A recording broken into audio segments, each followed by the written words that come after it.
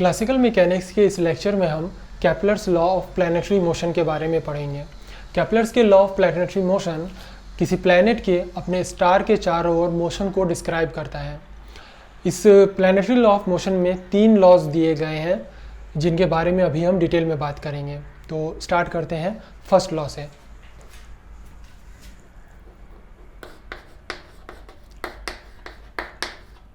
Kepler's law of planetary motion.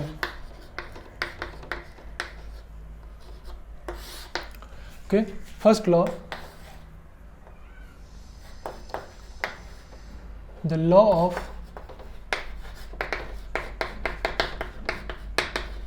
elliptical orbit। ये law बहुत ही simple है कि कोई भी प्लैनेट अपने स्टार के चारों ओर एक इलिप्टिकल पाथ को फॉलो करेगा, एक इलिप्टिकल ऑर्बिट में होगा, और जो स्टार है वो उस इलिप्स के दोनों फोकस में से किसी एक फोकस पर होगा। सो बहुत ही सिंपल सा स्टेटमेंट है कि अकॉर्डिंग टू दिस लॉ कोई भी प्लैनेट अपने स्टार के चारों ओर एक इलिप्टिकल ऑर्बिट में होगा और जो स्टार की पोजीशन है वो उस इलिप्टिकल ऑर्बिट के दोनों फोकस में से किसी एक फोकस पे होगी। तो पहले स्टेटमेंट नोट कर लेते हैं, फिर समझते हैं कि इस लॉ से हमें क्या क्या इंफॉर्मेशन मिल सकती है। So every planet moves in an elliptical orbit around the sun being at one of the foci। ठीक है, सो सपोज ये एक इलेक्ट्रिकल ऑर्बिट है जिस पे प्लैनेट मूव कर रहा है और इसके ये 2 फोकस हैं। सो सन किसी एक फोकस पर होगा और जो प्लैनेट है वो इस इलिप्टिकल पाथ को फॉलो कर रहा होगा। जस्ट सिंपल सा लॉ है। इस केपलर के फर्स्ट लॉ को हम थोड़ा सा और समझने की कोशिश करते हैं एक इनवर्स स्क्वायर लॉ के लिए। So for inverse square law force for inverse square force F equal होता है -k/r स्क्वायर के। फोर्स r स्क्वायर के इन्वर्सली प्रोपोर्शनल है, इसलिए इसे हम इन्वर्स स्क्वायर फोर्स कहते हैं। हम इस फोर्स के लिए equation of orbit find out करना चाहते हैं। हम जानना चाहते हैं कि अगर फोर्स ये हो, इन्वर्स स्क्वायर फोर्स हो, फॉर एग्जांपल ग्रेविटी हो, तो उस केस में जो ऑर्बिट होगी वो कैसी होगी, उसकी इक्वेशन कैसी होगी।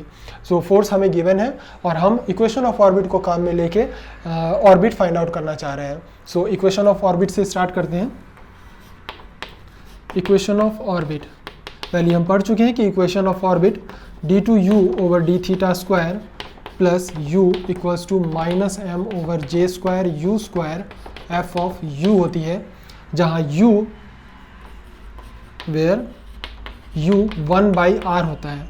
Now u equals to 1/r, so यहाँ से इस वैल्यूज़ को इस इक्वेशन में हमें सब्सटीट्यूट करना होगा।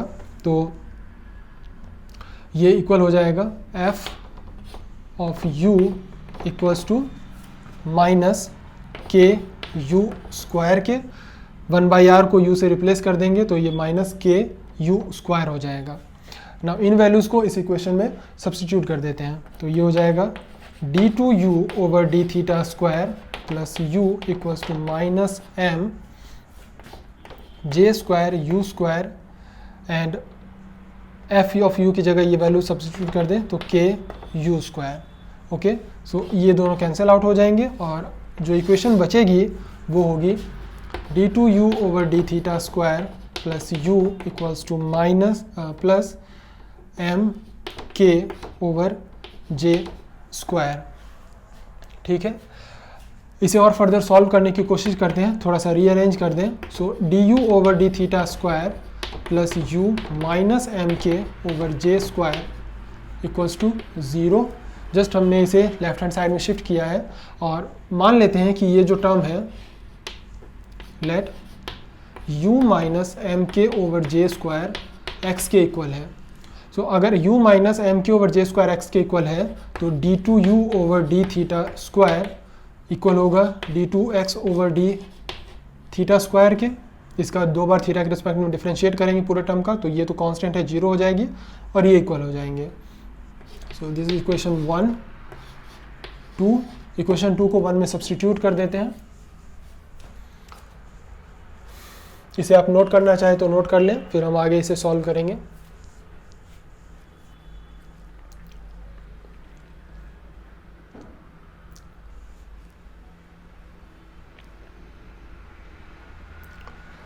Okay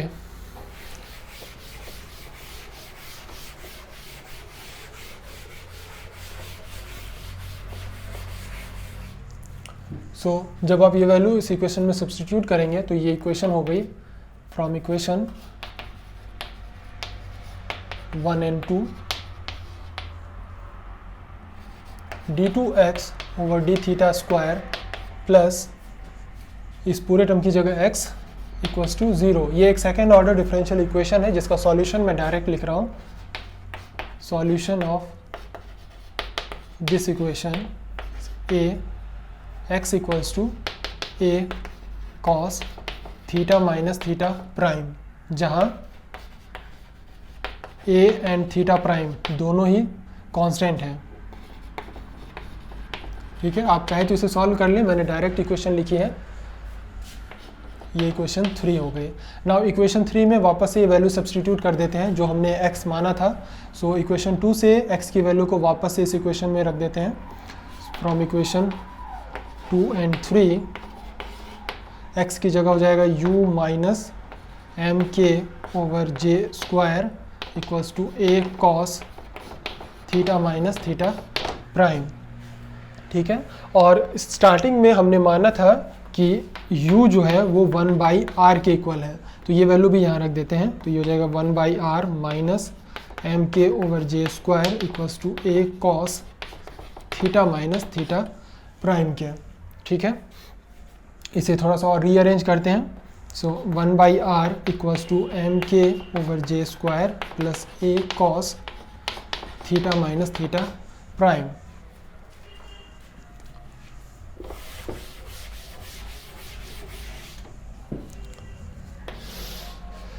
now J square over M K, इसे लेफ्ट साइड शिफ्ट कर दें। So J square over M K over R equals to, J square over M K को हमने इधर शिफ्ट किया है तो ये टर्म यहाँ भी आ जाएगी ए जे स्क्वायर ओवर एम के cos theta minus theta prime. यहाँ पर इस टर्म को जे स्क्वायर ओवर एम के को let J square over M K equals to L and A J square over M K, इसे ई से डिनोट कर देते हैं। ये हो जाएगा L over R equals to E cos theta minus, sorry हमने इसे कॉमन में लिया है तो यहाँ पर एक प्लस भी है, 1 प्लस आएगा। सो ये हो जाएगा 1 प्लस ई cos theta minus theta prime. ये इक्वेशन ऑफ ऑर्बिट हमें मिलती है। इस पर्टिकुलर सिस्टम के लिए जब पार्टिकल या जो प्लैनेट है वो इन्वर्स स्क्वायर फोर्स में मूव कर रहा हो, जहाँ L J square over M K है और E A J square over M K को रिप्रेजेंट कर रहा है, और इस ई को असेंट्रिसिटी कहते हैं, where e is the eccentricity. Now, what does this mean by the eccentricity? ये होती क्या है? Well, eccentricity किसी ऑर्बिट को किसी कोनिक पाथ के शेप को डिफाइन करती है। फॉर एग्जांपल इसे सर्कल से कंपेयर करें तो एक सर्कल की असेंट्रिसिटी 0 होती है, लेकिन जैसे जैसे आप असेंट्रिसिटी को नॉन जीरो करते जाएंगे, जो पाथ है या कर्व जो है वो अपने सर्कुलर शेप से डिफॉर्म होता चला जाएगा।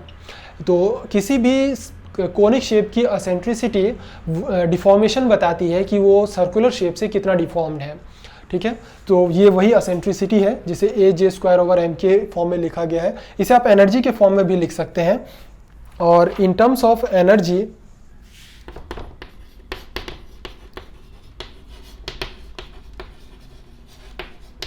असेंट्रिसिटी ई इक्वल होती है square root of 1 plus 2e J square over M k square के।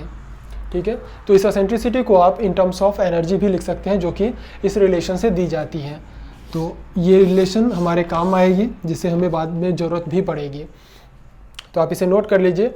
नाउ अब हम इसे असेंट्रिसिटी की हेल्प से चेक करेंगे कि अगर कोई प्लैनेट किसी स्टार के चारों ओर मूव कर रहा है तो उसकी ऑर्बिट कैसे कैसे हो सकते हैं, क्योंकि केपलर का फर्स्ट लॉ हमें ये कहता है कि सभी प्लैनेट्स जो है वो अपने स्टार के चारों ओर एक इलिप्टिकल पाथ को फॉलो कर रहे होंगे।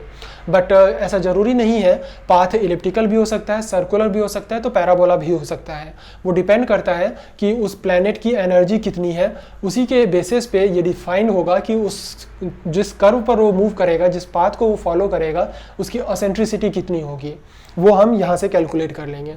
सो पहले आप इसे नोट कर लीजिए।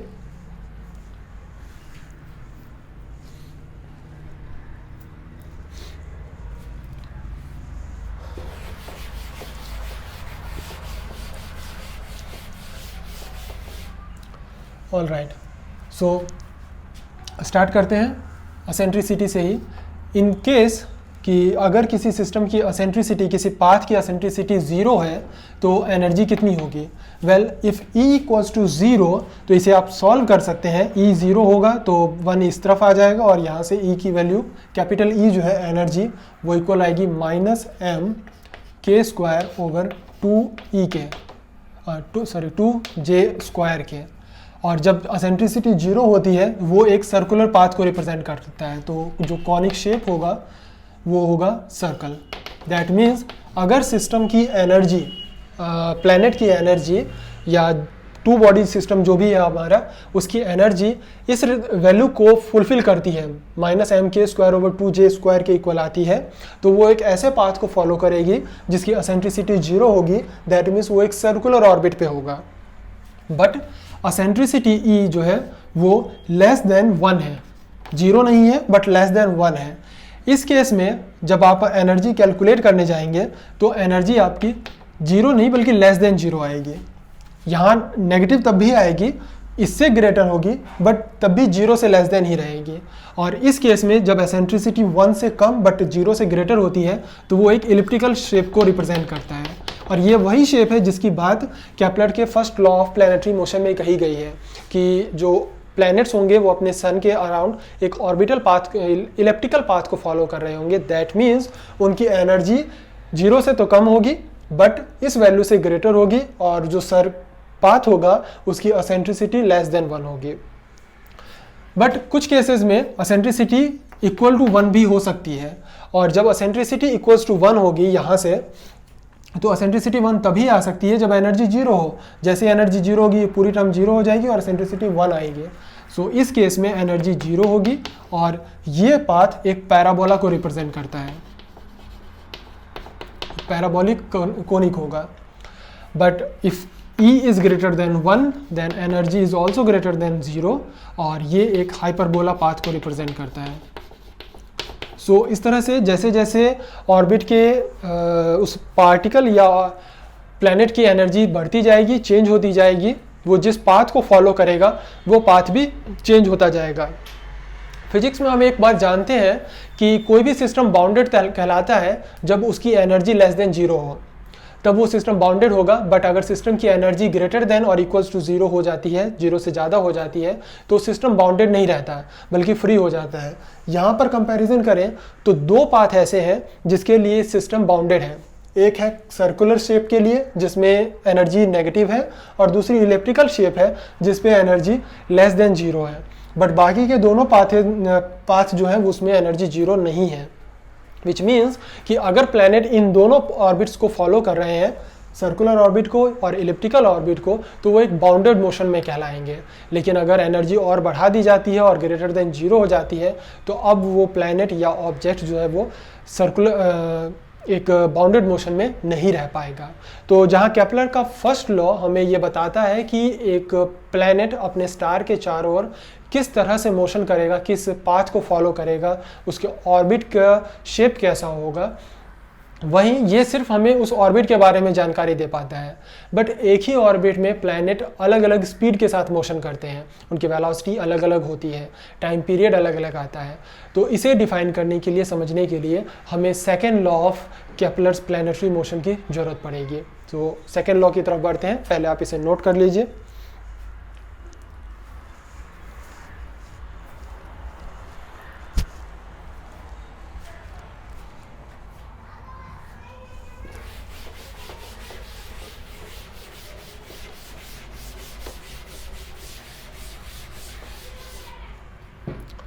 जो केपलर का second law of planetary motion है वो हमें ये बताता है कि प्लैनेट अपने ऑर्बिट में मूव करते हुए, चाहे वो ऑर्बिट कैसा भी हो, फर्स्ट लॉ से हम जान चुके हैं ऑर्बिट किस तरह का होगा, वो ऑर्बिट जैसा भी हो, अपने ऑर्बिट में मूव करते हुए किस पॉइंट पर उसके वेलोसिटी किस तरह से चेंज हो रही होगी, जिसे एरियल वेलोसिटी भी कहते हैं।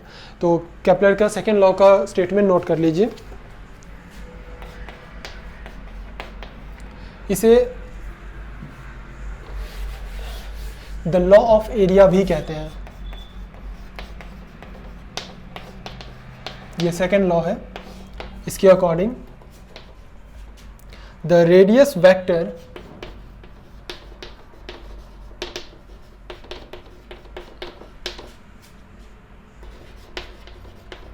Drawn from the sun to a planet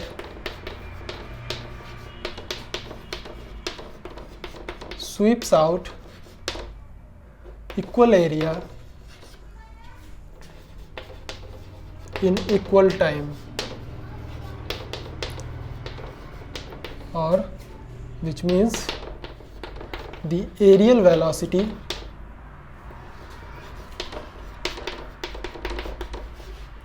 is constant in planetary motion.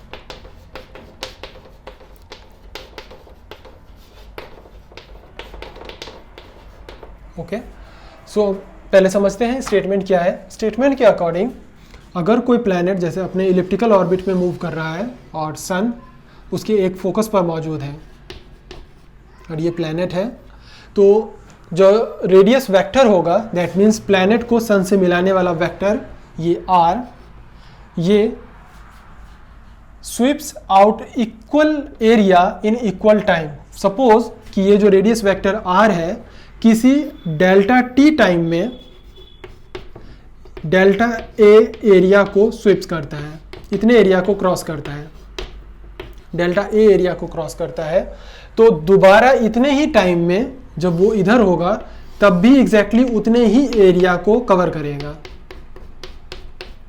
So simple सा स्टेटमेंट है कि सन को प्लैनेट से मिलाने वाला जो रेडियस वेक्टर है वो इक्वल एरिया टाइम पीरियड में इक्वल एरिया को स्वीप करेगा या कवर करेगा, और इस वेलोसिटी को एरियल वेलोसिटी कहते हैं। इसके कंसिक्वेंसेस में आप ये भी समझ सकते हैं कि जाहिर सी बात है जब प्लैनेट यहाँ पर होगा तो उसे इतने सेम एरिया को कवर करने के लिए ज़्यादा स्पीड से मूव करना पड़ेगा, क्योंकि अब प्लैनेट जो है ऑर्बिट के नज़दीक है। लेकिन जब प्लैनेट जो है अपने सन से दूर होगा उस वक्त एरिया, सेम एरिया को कवर करने के लिए उसकी वेलोसिटी कम हो जाएगी, क्योंकि अब ये डिस्टेंस बढ़ चुकी है। विच मीन्स कि जब प्लैनेट मूव करता हुआ सन के नज़दीक आएगा उस वक्त उसकी वेलोसिटी ज़्यादा होगी ताकि सेम टाइम में सेम एरिया को कवर कर सके, लेकिन जब सन से दूर होगा तो उस वक्त उसकी वेलोसिटी घट जाएगी ताकि सेम उतने ही टाइम में फिर से वो सेम एरिया को कवर कर सके। तो इस वेलोसिटी को एरियल वेलोसिटी कहते हैं, जो कि कांस्टेंट होती है। ठीक है, सो इसे मैथमेटिकली भी लिख सकते हैं। फॉर एग्जाम्पल अगर इस सिस्टम के लिए हम लैग्रेंजियन इक्वेशन ऑफ मोशन लिखें, Lagrangian for this system L equal होगा, चूंकि ये एक प्लैनेटरी मोशन है और सेंट्रल फोर्स मोशन भी है, तो एक प्लेन में मूव कर रहे होंगे और हम इसे पोलर कोऑर्डिनेट से सॉल्व कर सकते हैं। तो kinetic energy 1/2m r dot square plus r square theta dot square होगी। माइनस मान लेते हैं जो पोटेंशियल है वो v है, r का फंक्शन होगा तभी वो सेंट्रल फोर्स है, तो वी आर है। नाउ हम जानते हैं कि अगर लैग्रैंजियन किसी जनरलाइज्ड क्वांटिटी का फंक्शन नहीं है तो उस क्वांटिटी को साइक्लिक कोऑर्डिनेट कहते हैं, उस कोऑर्डिनेट को साइक्लिक कोऑर्डिनेट कहते हैं, और उस कोऑर्डिनेट के कॉरस्पॉन्डिंग जो मोमेंटम होता है साइक्लिक जनरलाइज्ड मोमेंटम वो कांस्टेंट होता है। Here L is not the function of theta, theta dot का फंक्शन है बट थीटा का फंक्शन नहीं है। सो क्योंकि L is not the function of theta, so theta is a cyclic coordinate, और अगर थीटा एक साइक्लिक कोऑर्डिनेट है, हेंस पी थीटा जो कि जनरलाइज्ड मोमेंटम होगा जो इक्वल होता है del L over del theta dot के, वो यहाँ से इक्वल आ जाएगा M R square theta dot के। ये कांस्टेंट होगा क्योंकि थीटा साइक्लिक है, सो जो मोमेंटम होगा जनरलाइज्ड मोमेंटम वो कांस्टेंट होगा। नाउ अगर मैं इस पूरे इक्वेशन को 1/2m से मल्टीप्लाई कर दूं, multiply by 1/2m and differentiate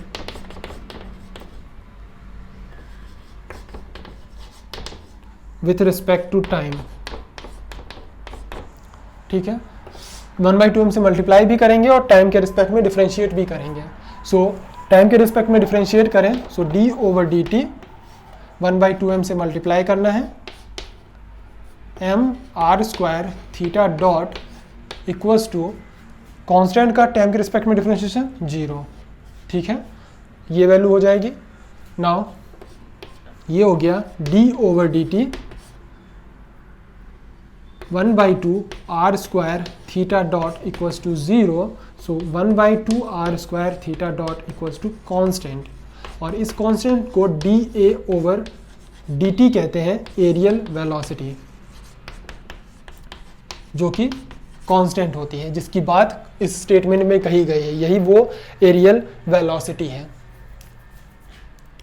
ठीक है। तो इस तरह से आप एरियल वेलोसिटी को डिफाइन कर सकते हैं, इसे आप नोट कर लीजिए।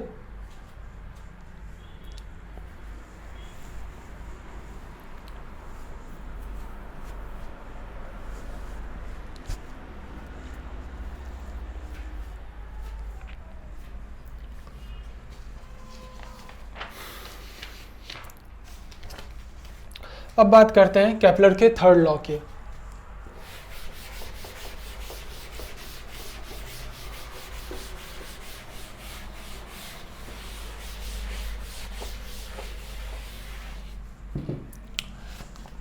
The harmonics law.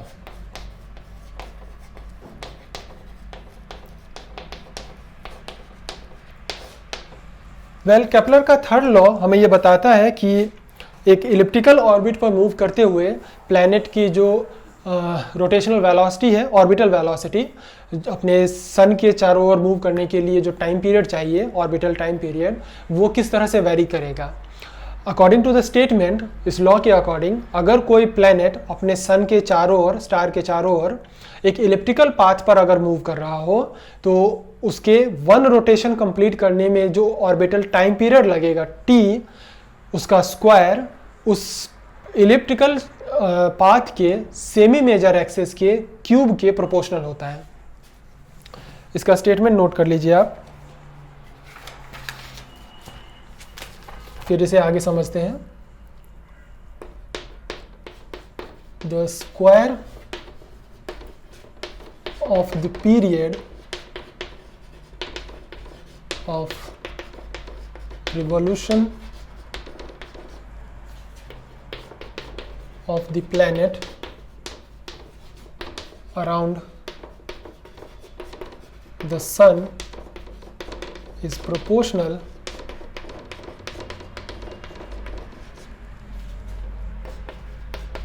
to the cube of semi major axis of the ellipse। कहने का मतलब है कि अगर कोई प्लैनेट इलिप्टिकल ऑर्बिट को फॉलो कर रहा है और सन उसके फोकस पर है, तो मान लेते हैं कि इस इलिप्टिकल ऑर्बिट का जो सेमी मेजर एक्सिस है ए और सेमी माइनर एक्सिस है बी। तो प्लैनेट को एक रोटेशन कंप्लीट करने में जो टाइम पीरियड लगता है टी, उसका स्क्वायर प्रोपोर्शनल होगा इस इलिप्टिकल ऑर्बिट के सेमी मेजर एक्सिस ए क्यूब के। इसे ही द हार्मोनिक लॉ कहते हैं। और इसी लॉ को हम आगे एक्सटेंड करने वाले हैं। तो आप स्टेटमेंट नोट कर लीजिए, फिर हम आगे बढ़ते हैं।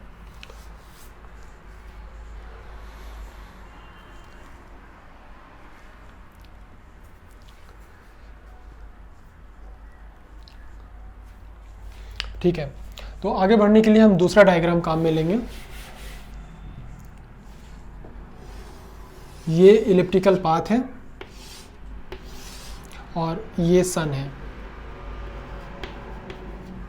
ठीक है, नाउ हमने अभी केपलर के फर्स्ट लॉ में पढ़ा था कि इक्वेशन ऑफ ऑर्बिट जो आती है,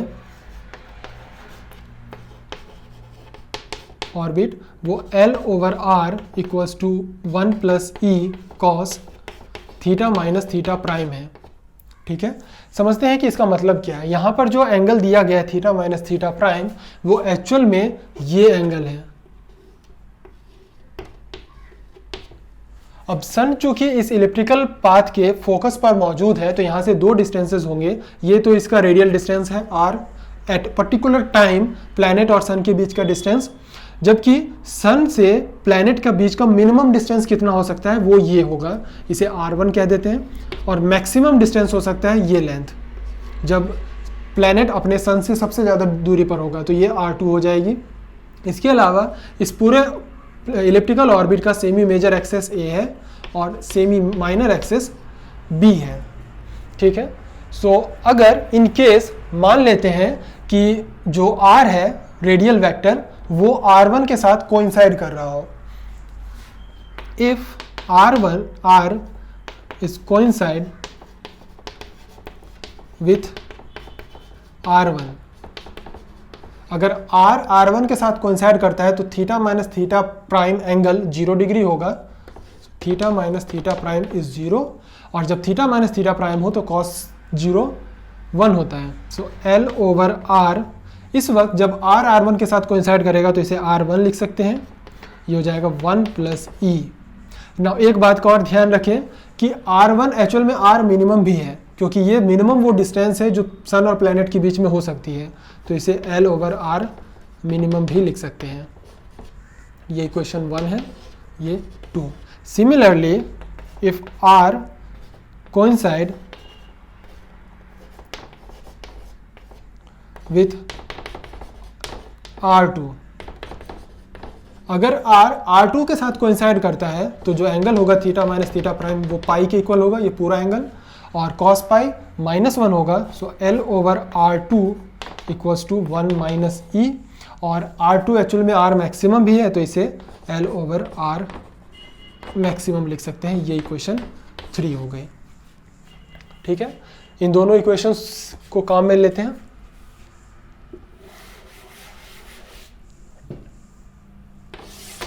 So from equation 2 and 3,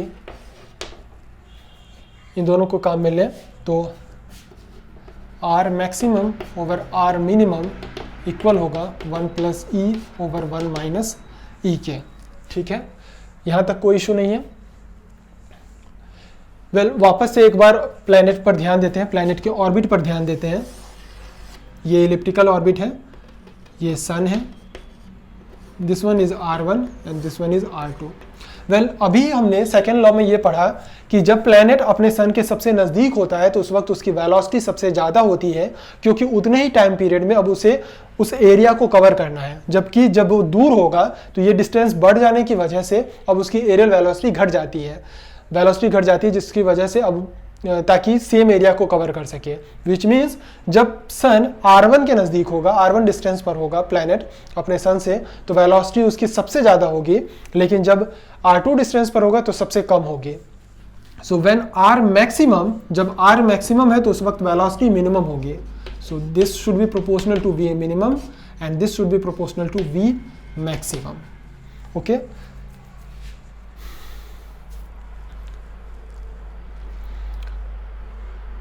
ठीक है, आगे बढ़ते हैं। So this is the final equation. यहाँ से आप चाहें तो एक काम और कर सकते हैं, और वो ये है कि एसेंट्रिसिटी E को वेलोसिटी के टर्म में भी लिख सकते हैं। ये कैसे होगा, जस्ट सिंपल क्रॉस मल्टीप्लाई कर लें तो V maximum plus E V max equals to 1 minus equals to V minimum minus E V minimum. Now हमें एसेंट्रिसिटी चाहिए तो E कॉमन ले लेते हैं, V max plus V minimum equals to V minimum minus V maximum. Sorry, कुछ तो गलत हुआ है।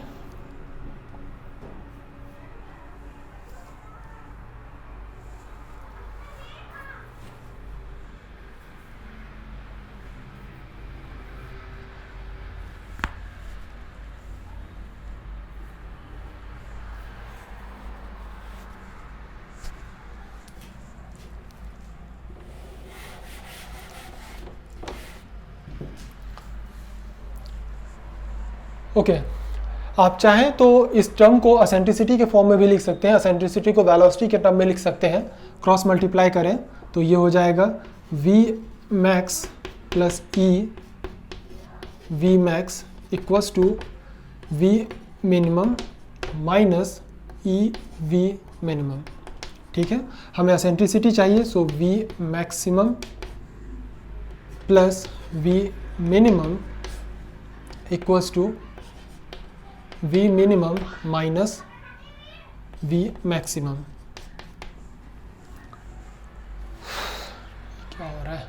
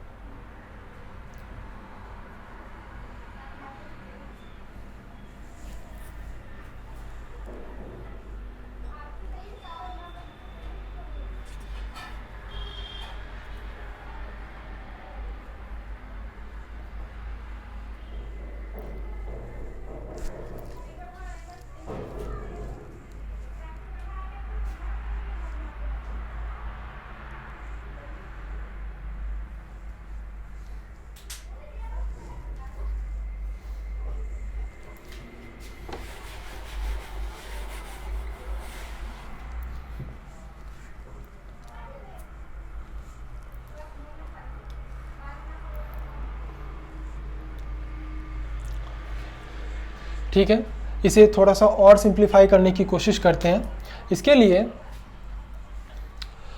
वापस से इस इक्वेशन पर आते हैं।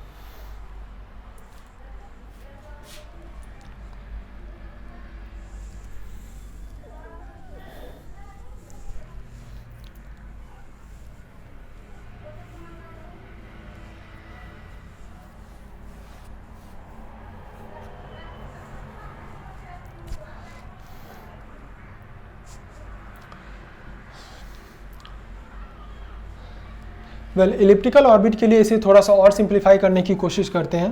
तो ये एक इलिप्टिकल ऑर्बिट है और ये इसका सेमी मेजर एक्सेस A है और ये इसका semi major minor axis B है। This one is R1 and this one is R2। अब ध्यान दें तो ये length, total length R1 plus R2 होगी, जबकि हाफ लेंथ A है।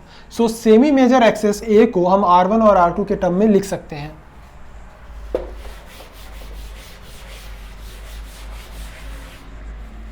सो सेमी मेजर एक्सेस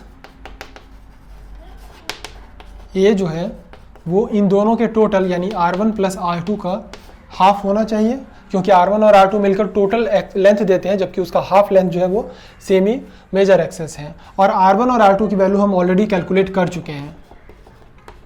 R1 यानी कि R मिनिमम, जिसकी वैल्यू हमें अभी मिली थी L/1 प्लस ई, और R2 की value L/1 minus E. So A equal हो जाएगा 1/, इसे एलसीएम ले लेते हैं, तो ये हो जाएगा 2L/1 माइनस ई स्क्वायर, यानी कि L/1 माइनस ई स्क्वायर के। नाउ L और E दोनों की वैल्यू ऑलरेडी हम फर्स्ट केपलर लॉ में फाइंड आउट कर चुके हैं। L की वैल्यू L की वैल्यू J²/mk थी, और E की value in terms of the energy equal होती है m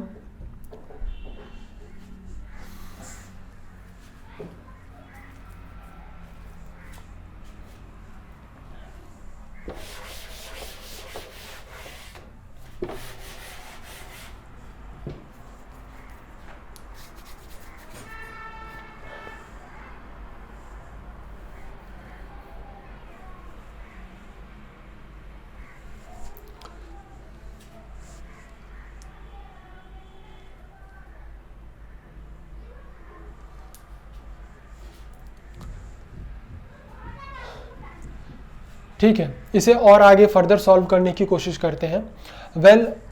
वापस से एक बार इलिप्टिकल ऑर्बिट पर ध्यान दें, तो इस इलिप्टिकल ऑर्बिट में ये लेंथ सेमी मेजर एक्सेस है और ये लेंथ सेमी माइनर एक्सेस है B, जबकि सन अगर यहाँ पर है तो ये R1 होगा, R मिनिमम, और ये R2 होगा। सेमी मेजर एक्सेस A इस पूरे लेंथ का हाफ है, जबकि ये पूरी लेंथ R1 प्लस R2 है, तो सेमी मेजर एक्सेस A को R1 और R2 के सम के हाफ के फॉर्म में लिखा सकता है। तो semi major axis A equal होगे R1 plus R2 over 2 R1 और R2 की वैल्यू हम ऑलरेडी कैलकुलेट कर चुके हैं अभी, तो ये होती है L/1 प्लस ई और प्लस L/1 माइनस ई, जो कि हम केपलर के फर्स्ट लॉ में कैलकुलेट कर चुके हैं। इसे थोड़ा सा सॉल्व कर लें तो ये हो जाएगा 1/2 2L/1 माइनस ई स्क्वायर और L/1 minus E square. L और E दोनों की वैल्यू हम केपलर के फर्स्ट लॉ में कैलकुलेट कर चुके हैं, वेयर L जो था वो था J²/mk और 1 minus E square and 1 minus E square 2E J²/mk के इक्वल था। ठीक है, स्क्वायर रूट के फॉर्म में था, जिसे अगर सिंप्लीफाई करें तो इस फॉर्म में आ जाएगा।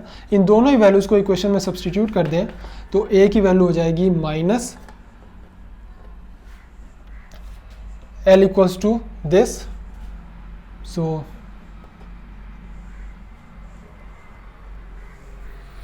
क्या कर रहा हूं मैं, 1 माइनस ई स्क्वायर है,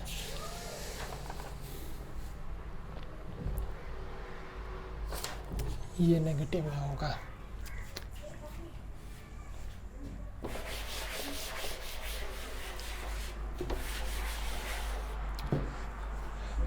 इसे थोड़ा सा और सिंप्लीफाई करें तो हम वापस से एक बार ऑर्बिट पर ध्यान देते हैं।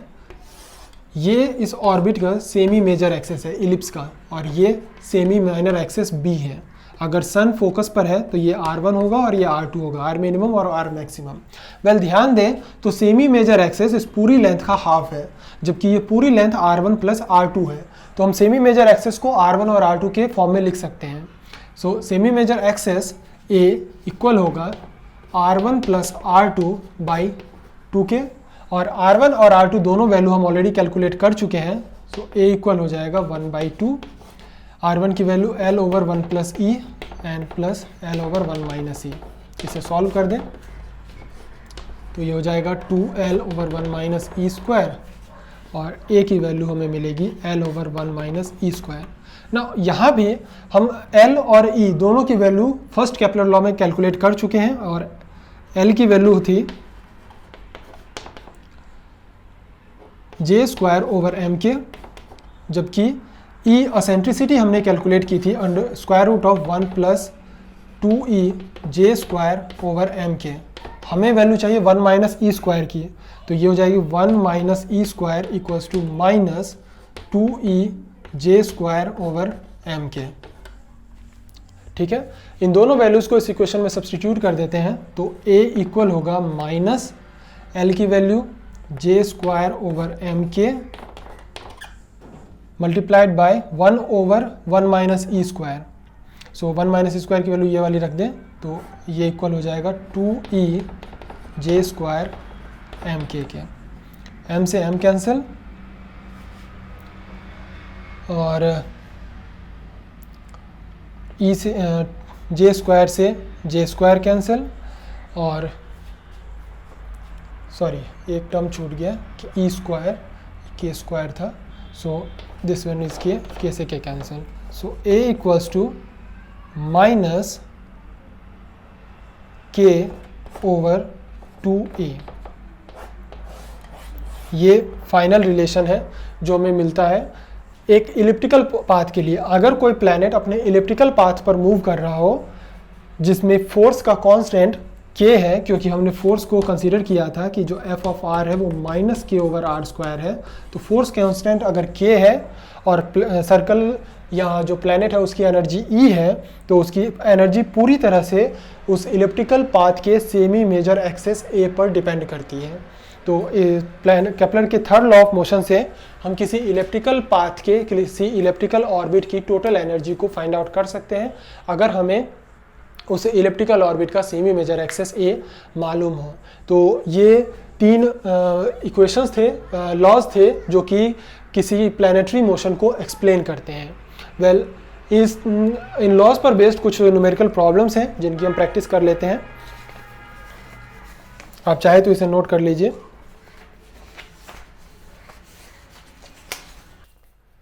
तो अब आज के पढ़े हुए इस टॉपिक पर बेस्ड कुछ न्यूमेरिकल प्रॉब्लम्स करते हैं। फर्स्ट क्वेश्चन है, the eccentricity of the Earth's orbit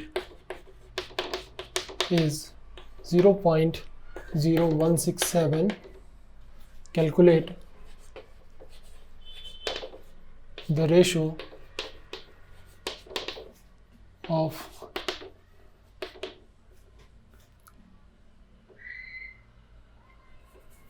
minimum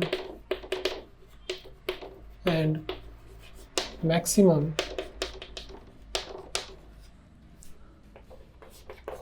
of the Earth, minimum and maximum speed of the Earth in its orbit. Well, अर्थ के लिए ऑर्बिट की एसेंट्रिसिटी गिवन है, हमें बताना है कि इसके अपने ऑर्बिट में मिनिमम और मैक्सिमम स्पीड का रेशो क्या होगा। सो एसेंट्रिसिटी के लिए हमने पढ़ा है कि आर मैक्सिमम और आर मिनिमम का जो रेशो होता है वो 1 प्लस ई और ओवर 1 माइनस ई होता है। और जब आर मैक्सिमम होगा मीन्स वेलोसिटी मैक्सिमम हो, डिस्टेंस मैक्सिमम होगी, तो उस केस में स्पीड मिनिमम होगी, और जब स्पीड डिस्टेंस मिनिमम होगी तो वेलोसिटी मैक्सिमम होगी। सो हमें यही रेशो फाइंड आउट करना है। So V minimum over V maximum equal होगा 1 प्लस ई ओवर 1 माइनस ई के। यहाँ वैल्यू सब्स्टिट्यूट कर दें तो ये 1 प्लस 0.0167 और 1 माइनस 0.0167 होगा, जिसे सॉल्व कर लेंगे तो आपको वैल्यू अप्रॉक्स जो है 1.03 के इक्वल मिलती है। तो इसे नोट कर लीजिए, फिर हम नेक्स्ट प्रॉब्लम की तरफ बढ़ते हैं।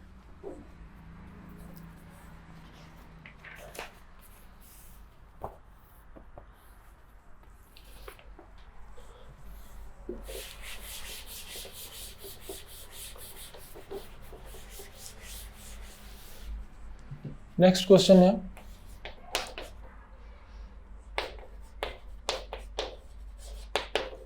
Halley's comet named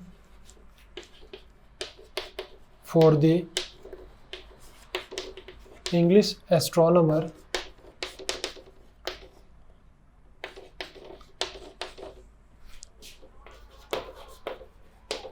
Edmund Halley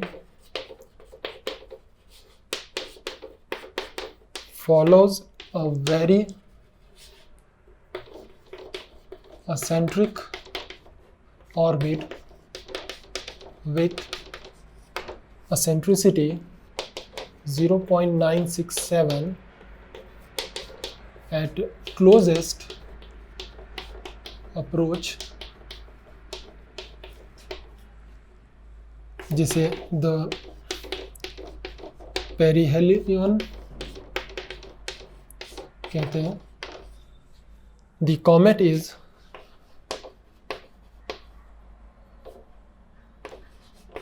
The comet is 0.59 astronomical unit from the Sun, fairly close to the orbit of Mercury.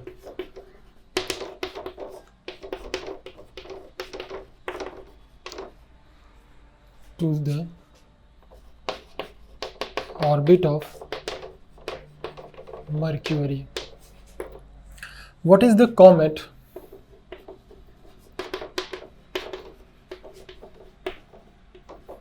Comet greatest distance from the Sun.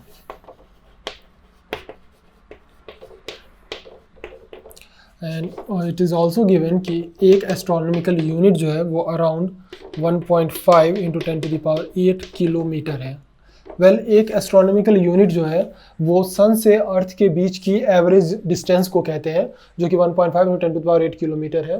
एक हेली कॉमेट है जो कि एक एसेंट्रिक ऑर्बिट जिसकी एसेंट्रिसिटी 0.967 है पर move कर रही है, और जब ये अपने क्लोजेस्ट अप्रोच पे होती है, दैट मीन्स अगर इलिप्टिकल ऑर्बिट कंसीडर करें तो जो क्लोजेस्ट अप्रोच होगा, मतलब सबसे नज़दीकी डिस्टेंस जिसे हम R1 या R मिनिमम कहते हैं, क्लोजेस्ट अप्रोच पर होती है, उस वक्त उसकी डिस्टेंस 0.59 एटमॉस्फेयर एस्ट्रोनॉमिकल यूनिट है. हमें बताना है कि जब ये अपने ग्रेटेस्ट डिस्टेंस पे होगी, दैट मीन्स R मैक्सिमम पर होगी, उस वक्त ये वैल्यू कितनी होगी, इसकी अपने स्टार्ट से मैक्सिमम डिस्टेंस कितनी होगी. So again R maximum over R minimum equal होता है 1 प्लस ई ओवर 1 माइनस ई के. हमें R मैक्सिमम की वैल्यू चाहिए, तो ये हो जाएगा 1 प्लस ई over 1 minus e times R minimum. Value substitute कर देते हैं. सो 1 प्लस ई की value 0.967, 1 minus 0.967 and astronomical unit है R मिनिमम जो कि है 0.59. So 0.59 astronomical unit. हम AU के फॉर्म में भी R मैक्सिमम कैलकुलेट कर लेंगे, तो कन्वर्जन की ज़रूरत नहीं है, इसे आप सॉल्व कर लीजिए. तो R मैक्सिमम अपने स्टार से जो मैक्सिमम डिस्टेंस इसकी आएगी वो अप्रॉक्स 35 एस्ट्रोनॉमिकल यूनिट के इक्वल आती है. तो इस तरह से एसेंट्रिसिटी पर बेस्ड क्वेश्चंस को आप सॉल्व कर सकते हैं. सो इस क्लास में हमने केपलर्स के तीनों प्लैनेटरी लॉ ऑफ मोशंस पढ़े हैं, और उसके बेसिस पे एक प्लैनेट के लिए ऑर्बिट के क्या कंडीशंस हो सकती हैं, किस तरह का ऑर्बिट होगा, क्या वेलोसिटी होगी और प्लैनेट की, इन सारी चीज़ों को हमने डिस्कस किया है और कुछ न्यूमेरिकल प्रॉब्लम्स भी सॉल्व किए हैं. सो इस क्लास के लिए इतना ही. नेक्स्ट क्लास में हम सेंट्रल फोर्स मोशन के बारे में कुछ और बातें जानेंगे, और साथ ही कुछ और न्यूमेरिकल प्रॉब्लम्स को सॉल्व करेंगे जो कि सेंट्रल फोर्स मोशन पर बेस्ड होगा. So thank you.